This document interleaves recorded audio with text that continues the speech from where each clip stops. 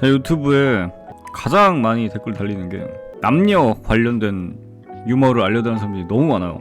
인생 레전드라고 생각하는데 솔직히 남자 웃기는 법, 여자 웃기는 법 알려달라는 거 뭐 결국 그거죠. 웃음으로 유머로 뭔가 연애를 하고 싶어서 뭐 사실 필요한 요소긴 해요. 전문가들도 남녀의 웃음 포인트가 완전히 다르다는 거는 인식하고 있고, 그거를 활용해서 뭔가 남자 여자를 구분지어서 유머를 하는 경우도 상당히 많습니다.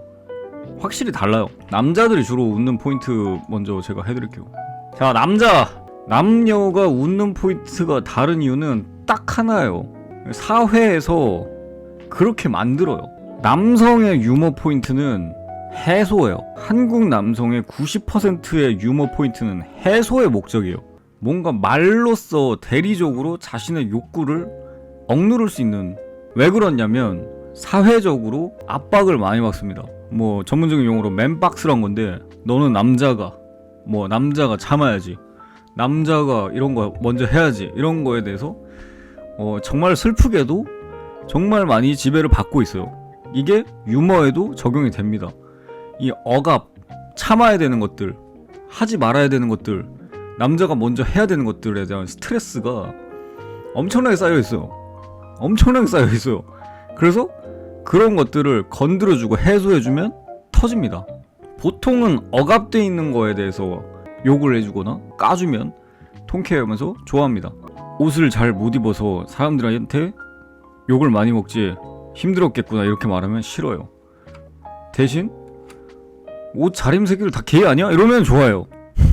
해소의 개념이 내가 잘못된 게 아니라 남들이 잘못된 거다라는 식으로, 그런 식으로 해소를 하는 방향으로 가는 게 대부분 억압에 대한 해결이에요. 이게 굉장히 자극적일 수 있어요. 어떻게 해석하냐에 따라 다른데, 억압을 건드려주면은 굉장히 유머로 크게 다가올 수 있어. 뭐 예를 들어서 대부분의 남성들이 성 관련된 것에 대한 억압이 굉장히 심하단 말이에요. 요즘 사회가 남녀 비례했을 때 남자가 훨씬 많잖아요. 그래서 연애를 못 해본 사람들도 진짜 많단 말이에요. 연애를 못 해봤거나 연애가 어렵거나, 심지어 지금 연애를 하고 있는 중에도 불만이 있어도 내가 다른 여자를 만날 수 있다는 확신이 없으니까 헤어지지 못하거나 뭐 이런 식으로 해서 사회 현상 때문에 이 성에 관련된 억압이 굉장히 많아요. 그래서 성적인 유머나 이런 것들이 남자들끼리 있을 때는 굉장히 많이 하는 거고, 이 말을 통해서 내가 억압된 거를 해소할 수 있는 것들을 찝어주면 유머가 될 수 있는 거야.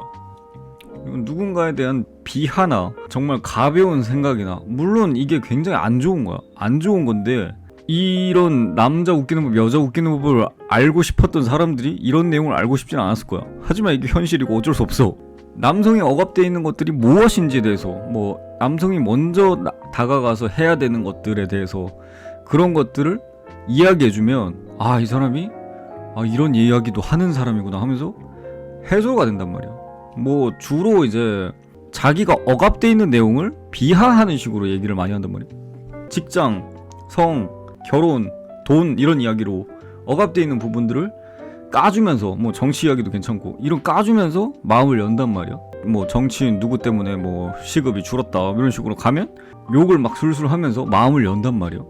억압되어 있는 부분들이 있으니까. 남자들은 억압되어 있는 부분들이 진짜 명확해요. 이게 남녀가 둘 다 이런 식으로 마음을 열 수 있지만, 남자들은 특히 이 사회 구성원이 돼야 된다는 그 강박이 있기 때문에 사회에 관련된, 사회 현상에 관련된 억압이 진짜 많단 말이야.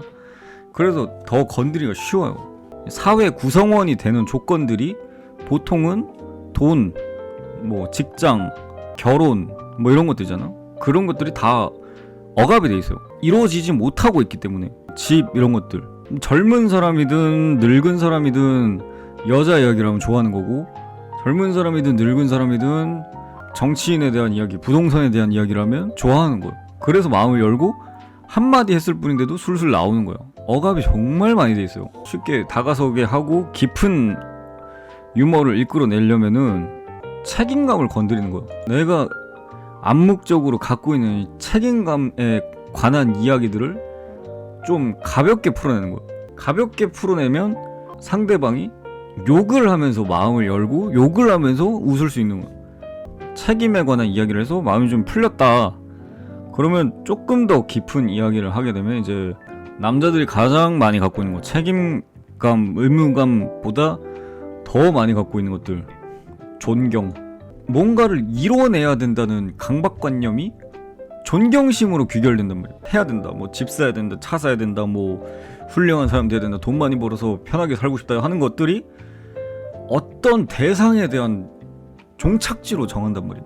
어떤 특정한 애매한 무언가보다는 내 끝, 시그널 살기, 내 끝, 유재석 되기, 내 끝, 이순신 장군님처럼 훌륭한 사람 되기, 존경으로 귀결된단 말이야.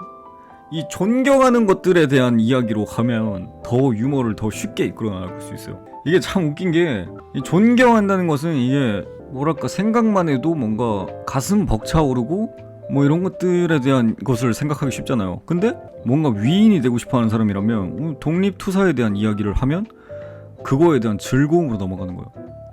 내가 저번에 썰강 할 때도 얘기했지만 빵 터진 이야기만이 웃음이라고 하지 않았지. 뭐 안중근 의사님에 대한 이야기를 해서 그 존경하는 사람에 대한 이야기를 하게 되면 자기가 슬슬 연대기를 쭉 이야기하면서 뭐 안중근 의사님은 어떤 행동을 했고 이러면서 존경하고 있는 것에 대한 대상을 이끌어주면 자기가 신나서 막 진짜 웃으면서 이야기한단 말이야.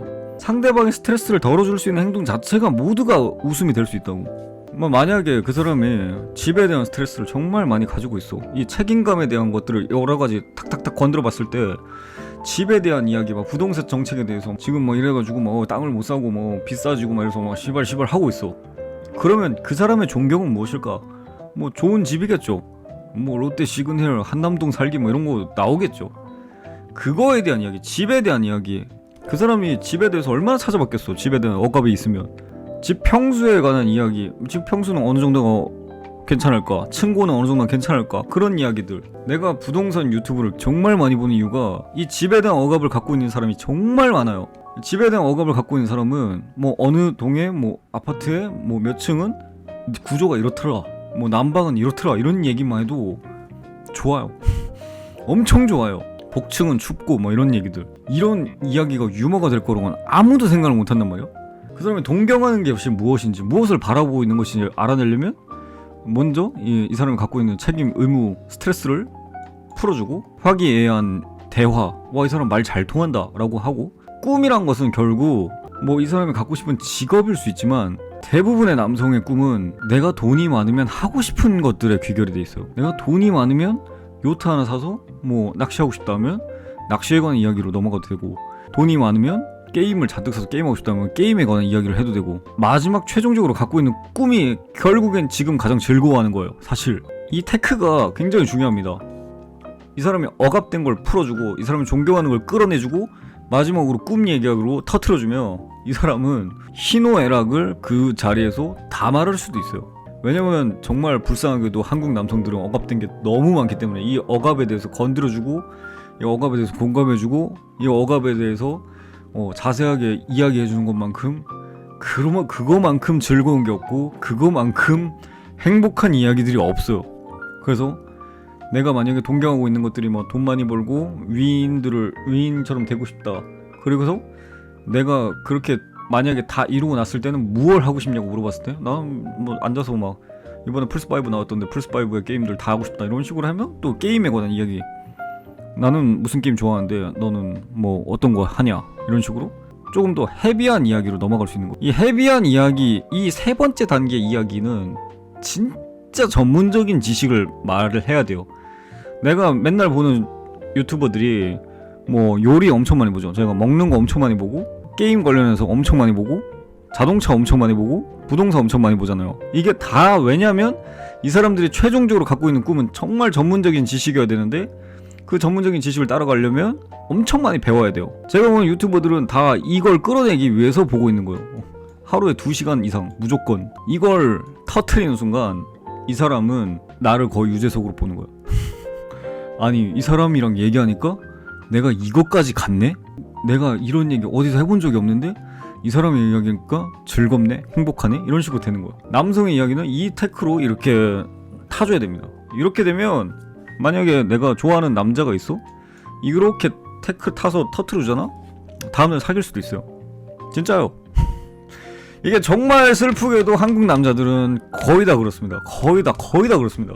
베스트 프렌드나 애인이 될 수 있어요. 너무 슬픈 이야기예요. 너무 슬픈 이야기. 외국인들은 안 그래요. 외국인들은 이렇게 터트려주잖아요? 그러면 오, 얘 좀 생각 깊네? 이러고 끝이에요. 단순해요. 한국 남자들은. 왜냐? 정말 단순한 것조차 가지지 못했기 때문에.